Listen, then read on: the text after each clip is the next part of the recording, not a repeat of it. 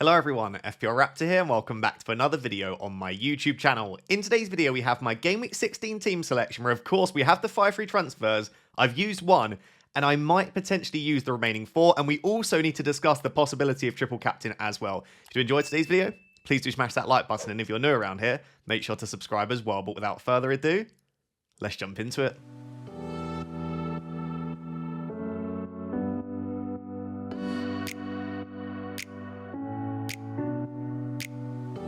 So guys, let's jump straight into the Game Week 16 team selection, and I should timestamp this. I'm recording this late on Thursday evening, ready for a Friday morning upload, but we will of course have the press conferences throughout Friday, which might change my opinion on certain players going in and out of my team, of course, and I will update my thinking in Friday afternoon's video, which will be deadline decisions, and also on the Saturday deadline stream as well. So make sure to follow me on all socials, and make sure to tune into the deadline stream as well. So, obviously, we've all been given 5 free transfers this week. I have already used one of them on Saturday evening, actually, which was to do the very popular transfer of Mateta to Thiago. I didn't want to hold on to Mateta any longer. I don't think the current Crystal Palace situation is great in terms of being extremely tired, losing players to AFCON, injury, etc. So it's not looking good there. I wanted to move Mateta on and I wanted Thiago. But we'll discuss that when we look at the forwards. What that means is I now have 4 free transfers to use and 1 million in the bank. So what we're going to do is go through the team. I'll discuss the players that I'd quite like to take out, or at least the ones that will be more of a priority transfer out, and I'll discuss the players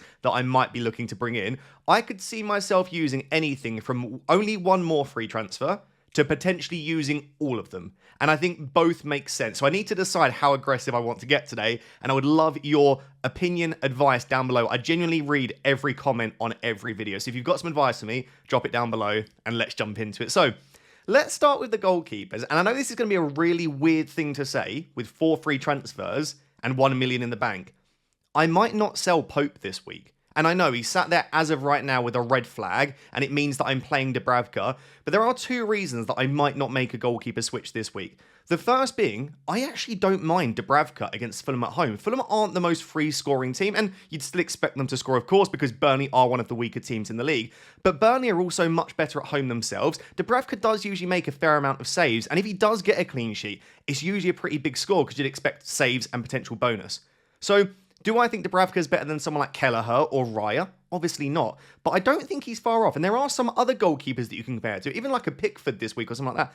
I wouldn't actually mind playing Dubravka instead. There will be some people that have a goalkeeper combo where they're playing Dubravka. So that's the first thing, is I don't mind playing Dubravka this week. The next thing then is there is a small chance that Nick Pope actually is fit and available for Game Week 16. So I might actually end up, if there is a small chance, starting Pope and just seeing what happens, because Craig Hope, who is like a Newcastle journalist, put out a tweet today where he said that Nick Pope is potentially going to be in contention for the weekend, and he would be expected to start ahead of Ramsdale. So we'd need him to firstly be fit, and secondly for Eddie Howe to genuinely want to start him ahead of Ramsdale. But if there is a small possibility that Pope's back this week or next week, and he does go back to being the number 1, Nick Pope's not a bad pick at all. I know Newcastle over the last 4 to 6 weeks, their data has dropped off a bit, but there aren't that many goalkeepers that I fancy that much more, and it would save me a transfer. So I'm kind of thinking, do I just play Dubravka this week, assess, and if Nick Pope is still out, or maybe he's fit, but Ramsdale still starts instead of him, then I can just sell him next week. The third thing, and I know they said there was only 2 things, but the third thing is I quite like Verbruggen, potentially as an option, and he plays Liverpool this week. So I would probably, if I were to buy Verbruggen, just start Dubravka anyway. So I haven't ruled out a goalkeeper transfer, because I do think someone like a Kelleher would be better than Dubravka. And also on top of that, it is my best way to free up a bit of money. So when we look at my possible transfer combinations at the end of the video, Pope down to Kelleher, Verbruggen, someone around that price, gives me the money necessary to make some potential upgrades. So all of that to say, if I have to start Dubravka this week, fine with it, but I may make a goalkeeper transfer. Hopefully that's clear. Going on to the defence then, as of right now, I have Senesi, Joachim Andersen, Urian Timber, Rodon, and Richards. Overall, I don't mind this 5-man defence, but this week, it's absolutely honking, right? Because I've got 2 flag players. One player has an away fixture when they're much better at home in Rodon, and Richards has Man City, and he's just played 90 minutes in Europe on Thursday. I'll actually flash up the Crystal Palace team for you, courtesy of FootMob, so that you can take a little look at it. And by the way, throughout today's video, we're going to be using loads of stuff from the FootMob app. It's basically the best football companion tool and app that you can download. There'll be a link to download it for free, and all of the stuff that you see in today's video will be courtesy of FootMob. But yeah, Richards played 90 minutes. Crystal Palace played pretty well considering they rotated a lot in the attack.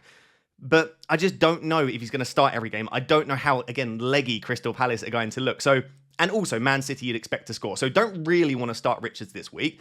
As I said, Rodon and Leeds in general are better at home. They're better at Ellen Road. And I've just gone and bought Thiago this week, so I'm not desperate to start him.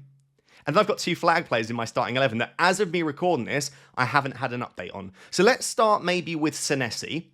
I actually think Senesi's a fine hold. I know he's up to 5 million now, but I bought him at a cheaper price and my selling price is 4.8 million. So if I view Senesi as around a 4.8 million asset, are there that many defenders that are that much better that I can bring in for Senesi? Not really. So I could downgrade him to a Van den Berg or Van Hecke, and we'll discuss that when we look at my possible transfers. But they're not massive upgrades as such. That would be to free up a little bit of money.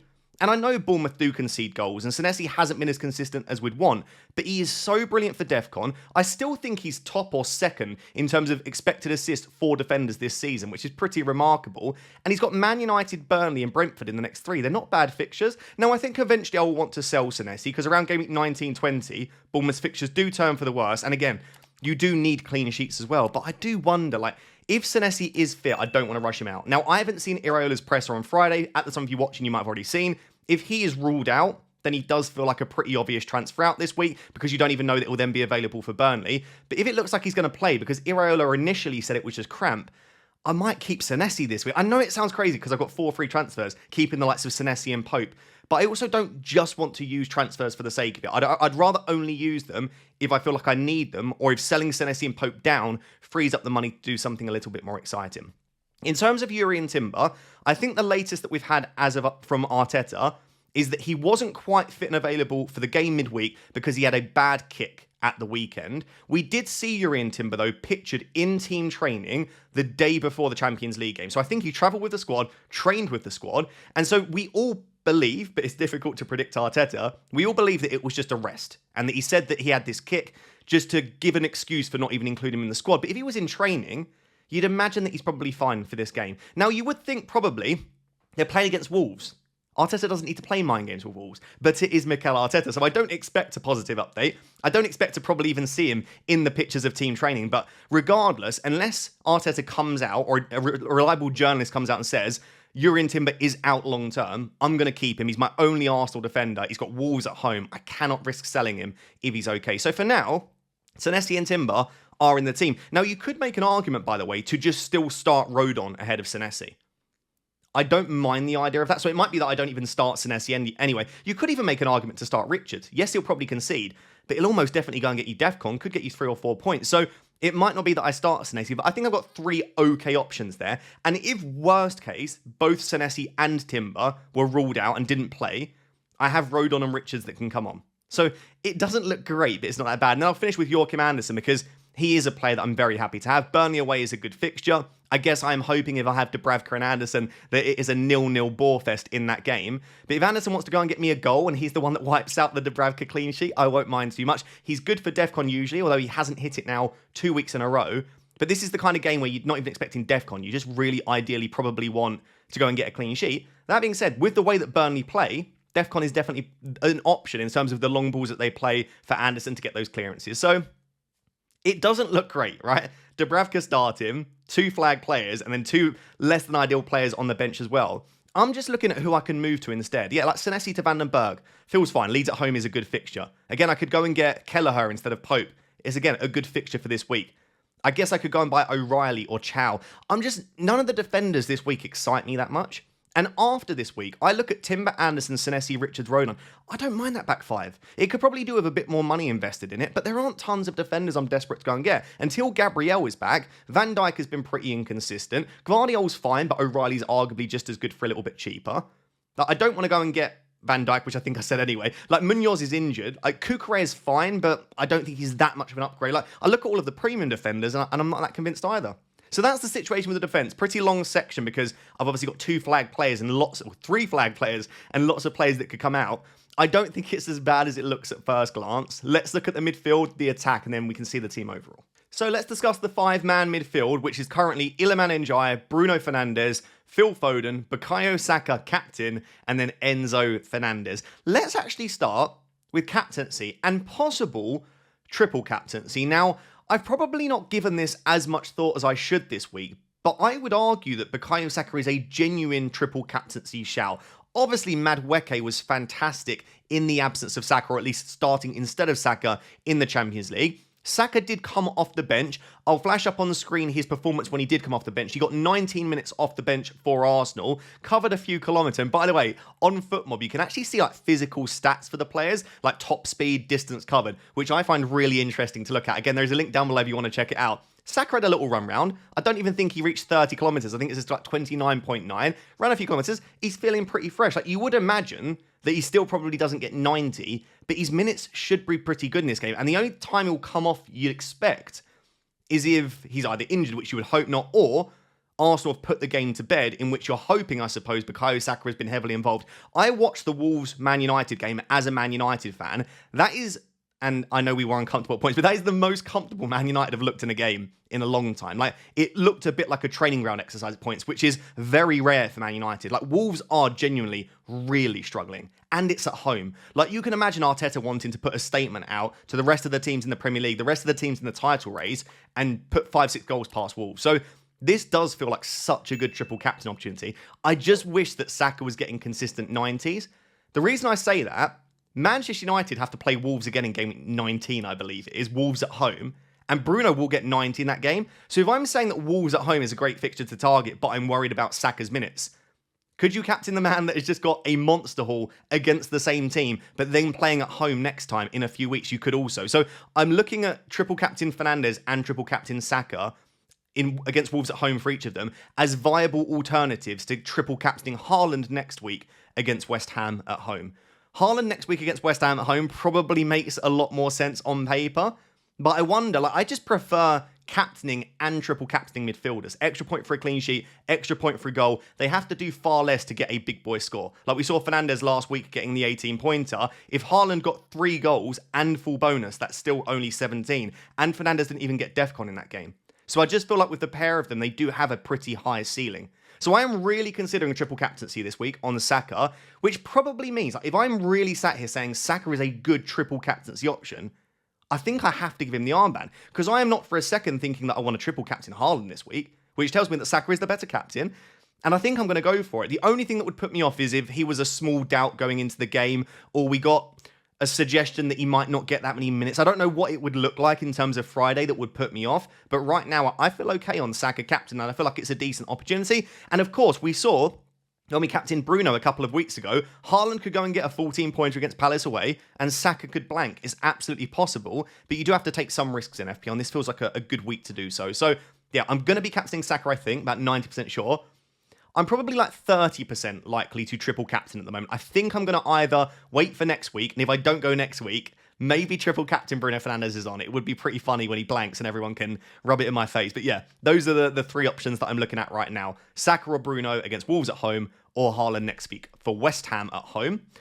Then we look at, let's go on to obviously Foden and Bruno. I think these two are fantastic assets. Most people this week would probably like to have Saka, Foden, Bruno. I'm very happy to have the 3 of them. They're obviously quite expensive. I mean, Foden in particular, I don't even know how many times he's risen recently. It feels like every day he gets a price rise.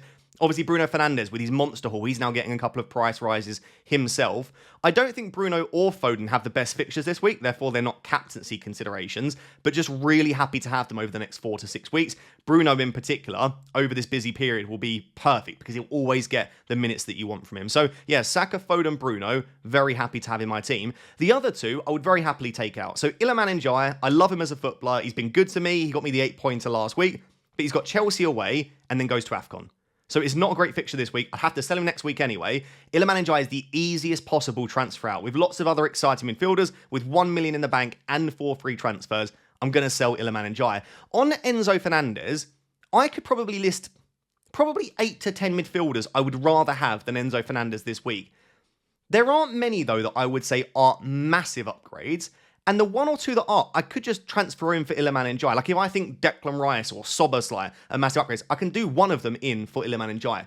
I guess what I'm saying is, I don't think Enzo's a great option. He'll lose penalties with Palmer back. He doesn't take many set pieces when Reece James is on the pitch. He's not great for DEFCON. He'll be pushed deeper because Caicedo's not there. Like, there is a list of 6 reasons that you could want to sell Enzo, but he's also playing at home against Everton, which is an okay fixture. And a lot of the other midfielders have either slightly weaker fixtures or some sort of issue associated with them where I'm not that desperate to bring them in this week.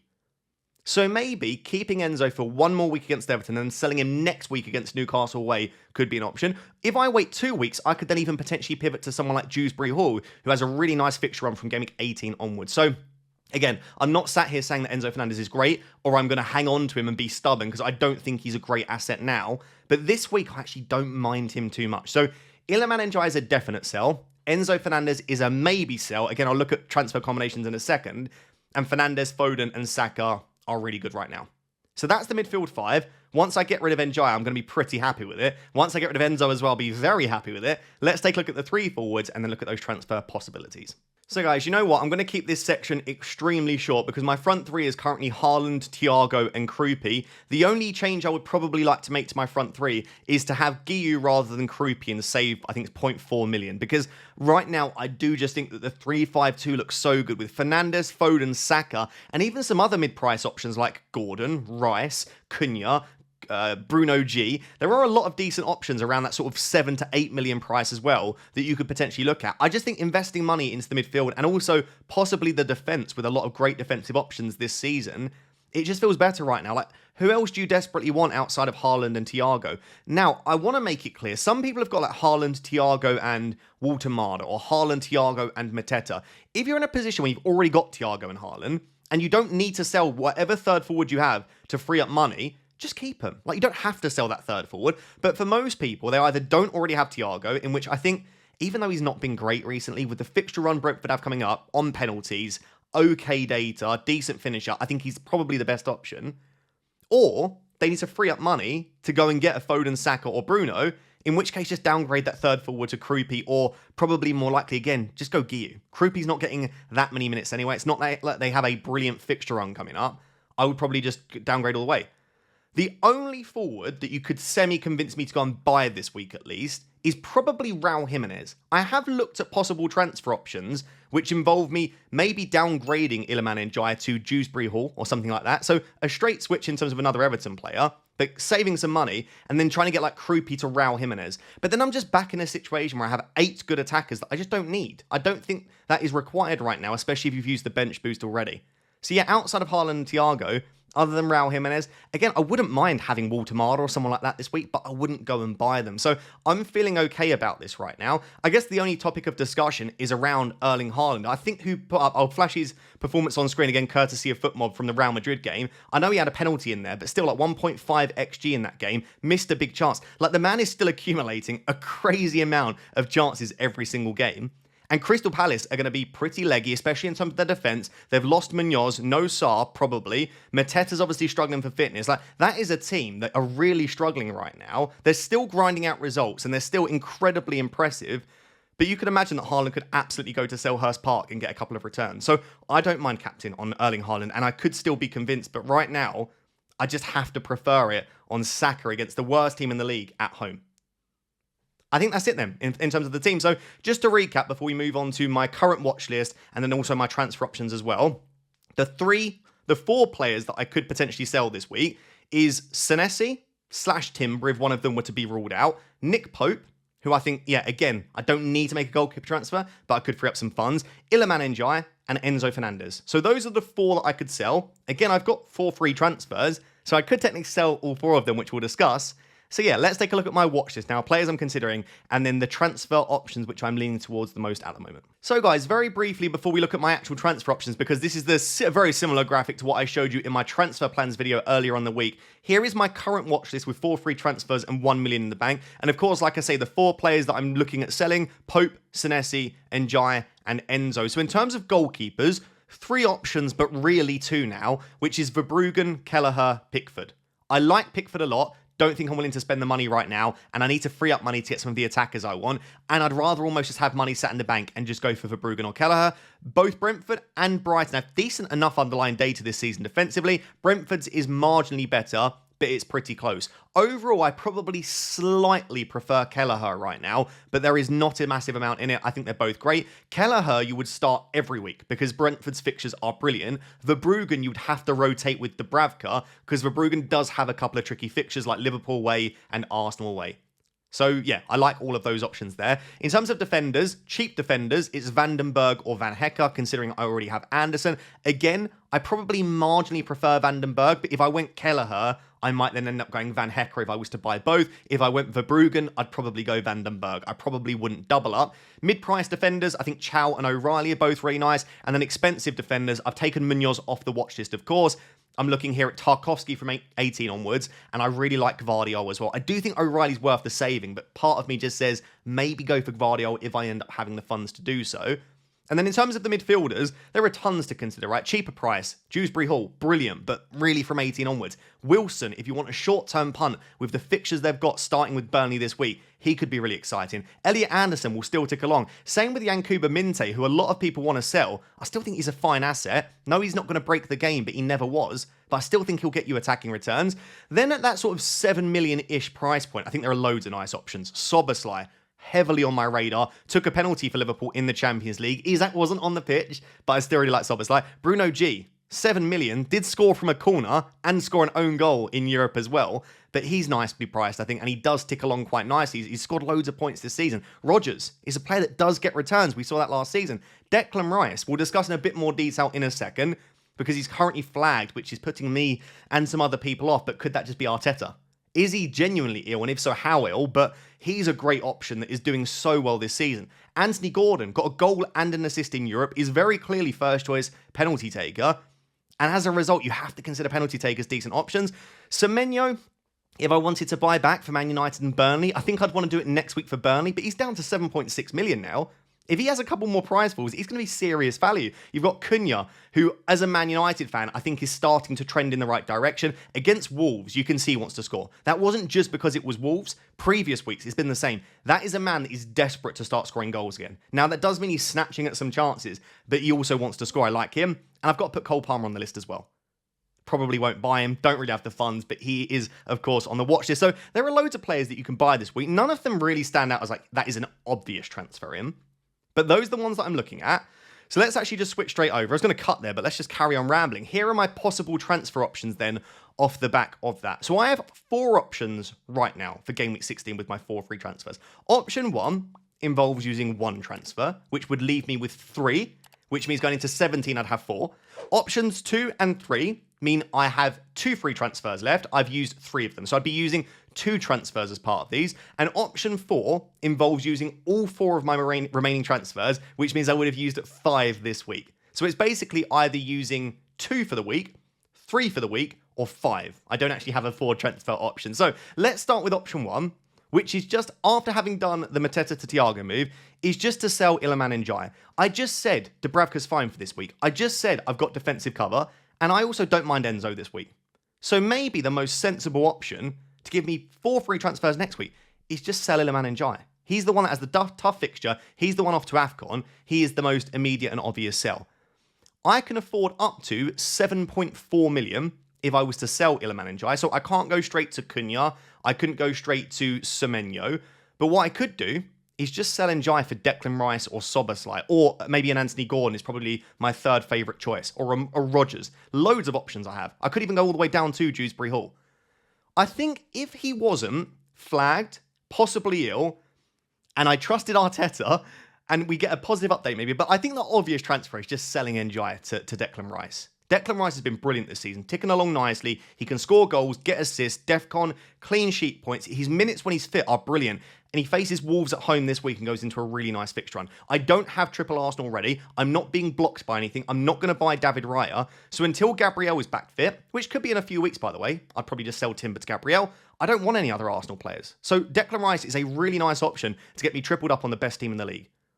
I think that is the obvious transfer this week, is to do Ndiaye to Rice, but he is flagged, and apparently he has been ill, and I just don't know, unless I see him in full team training, which we probably won't because it's Arsenal, I don't know if I can take that risk. So let's see what happens on Friday. Again, I'm recording this late on Thursday. If Rice is fit and available, I think that is the transfer I have to. It's just such an obvious transfer to make. Now, Another player that I do like is Szoboszlai. I know Isak wasn't on the pitch when he took pens, but that at least means that he's second choice in the absence of Salah, and Isak isn't always on the pitch. He often gets 60. He might not start every game. And penalties do often happen towards the end of games, and Szoboszlai gets 90 minutes every week. And on top of that, Szoboszlai started playing as the 10 quite consistently, or at least in an attacking role. Sometimes a bit further wide as an 8, but he's not playing right back as often, which means his DEFCON has dropped slightly, but it does mean his attacking threat should be pretty good. He's also a brilliant footballer. The only small thing on Szoboszlai is he was on 4 yellow cards. If he wasn't on 4, I would probably put him right up there alongside Rice, and maybe that isn't a big deal. Maybe you just take it on the chin when it happens, but buying a player that is right on the cusp of a suspension isn't great. Now, he only has to make it to game week 20, and then it resets, or past game week 19. So as long as he doesn't get booked in the first 19 games, it resets to 10. So, or extends, I guess, the threshold. So he only has to make it, I think, 4 more games now, but will he do so? The sort of role that he plays is quite physical. I could definitely see him picking up that booking. So I think those are still my 2 favourite moves, Rice or Szoboszlai. Option 2 then is buying both of them. If I think they're both great, just sell Njai and Enzo to Rice and Szoboszlai. I can afford it, which is nice. And this deals with my 2 big issues in midfield. My midfield 5 would then be Bruno, Foden, Saka, Rice, Szoboszlai. That is a brilliant midfield 5. It maybe is obvious, but I don't know. Like, let's say that the Njai to Rice is the first move. Is Szoboszlai that much better than Enzo this week? I mean, probably a little bit. Just don't know if it's worth the extra transfer. Also, I am kind of thinking, do I just save that Enzo position in the team for Dewsbury Hall? Because I do think from gaming 18 onwards, Everton's fixtures are great. I don't think I need 5 like brilliant or really expensive midfielders. Maybe having that Dewsbury Hall price point will allow me to invest more money back into the defence. So these are the things going through my mind. But yeah, option 1, Njai to Rice or Sobo. And then option 2 is both Njai and Enzo to Rice and Szoboszlai. Option 3 and option 4 then is if I want Cunha. Now, I have to be very careful here because I am a Manchester United fan, and I'm sure there is a small amount of bias. I really do with my decision-making. Like, I haven't owned Bruno for a lot of this season. I've owned no Man United players for a lot of this season. So I can't say I'm biased there, but I do really try and take my bias out of it. But there is some level of wanting to own players from your team, especially when you feel like the attack for that team is starting to click. And I know it was just against Wolves, but I think in general, United's attacking data this season has been pretty good.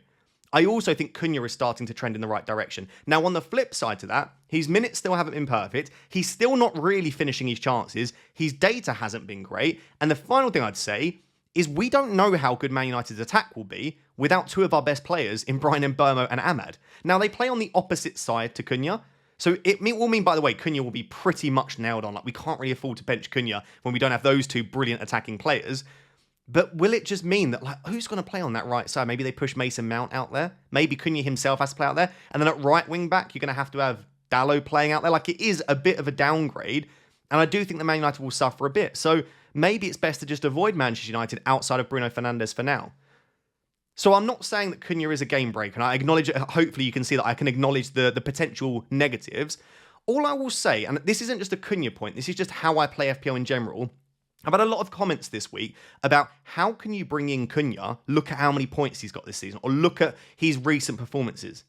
FPL is not about buying players that have just scored goals. It's about buying players that you think will score goals. And I can point to so many examples this season of players that have done terribly and then gone on to do really well, or vice versa. So the vice versa, Semenyo. Semenyo was exceptional at the start of the season. I mean, how many price rises did that man have? He was banging goals and assists left, right and centre. He's been pretty woeful the last 5 or 6 weeks. I don't think Semenyo was suddenly Messi and now he's suddenly a terrible player. It was a little bit of overperformance and then a little bit of underperformance.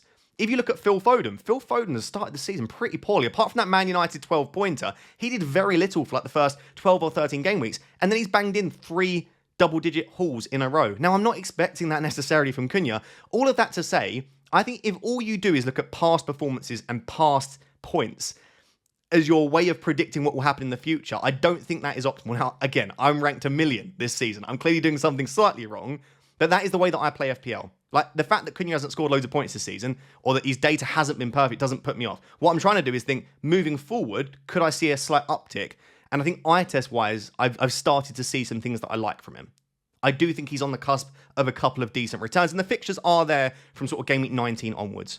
So that's where I'm sat right now on Cunha. Hopefully that makes sense. A long ramble. So option 3 and 4 is if I do want to buy Cunha instead of just doing the basic Rice move, which probably makes more sense on paper.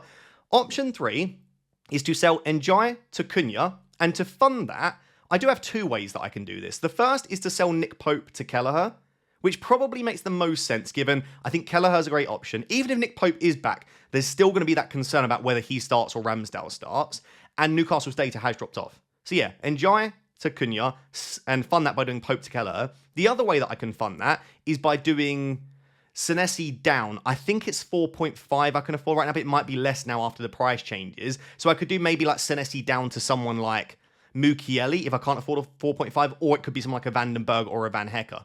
So I can fund that by either selling Pope or Senesi, but I think it would be Pope. I like these transfers. Kelleher's a nice goalkeeper to bring in. I can play him every week. And on Cunha, I think he is still pretty good. So I like those two. And then option 4 is a big boy 4 transfer on top of the one I've already made. It's all 5 transfers being used. Now, unfortunately, as of right now, I can make an unbelievable move, but I'm recording this at 11 p.m. on Thursday, and a price change is about to happen for Nick Pope, which is going to price me out. So I can't do the one I want to, which I'll explain. But the 4 players going out would be the 4 that I want to sell. Njai, Enzo, Senesi, Pope. So I'd sell those 4 players, and coming in would be the 2 players I want most, which is Cunha and Rice. If you gave me free reign to choose whichever 2 midfielders I wanted, I would bring in Cunha and Rice. And then I'd go Kelleher in for Pope, and unfortunately, I now have to go Mukiele for Senesi, because I can't afford a 4.5 defender. It's really frustrating, because right now, as of me recording this, I can go Rice, Cunha, Verbruggen, and Vandenberg. I can afford that for exactly 0 in the bank. But I don't want to move tonight because I'm not confident in that move. And what happens if something in the presses happen? So I'm going to be priced out tonight. I could tonight, by the way, just do something like Pope to Verbruggen. But again, I'm not sure that I want to make that move. So I'm going to have to miss out on that. So if you're listening rather than watching, this is probably getting so confusing. But the 4 transfers, Njai, Enzo, Senesi, Pope, to Cunha, Rice, Mukiele, and Kelleher. It does make my defence really weak, but it gives me my perfect midfield 5 right now, the 5 that I really do want. But really, is it worth doing all of that just to get Cunha? Probably not. Like, if I'm that desperate for Cunha, I think I go without Rice, and I do option 3.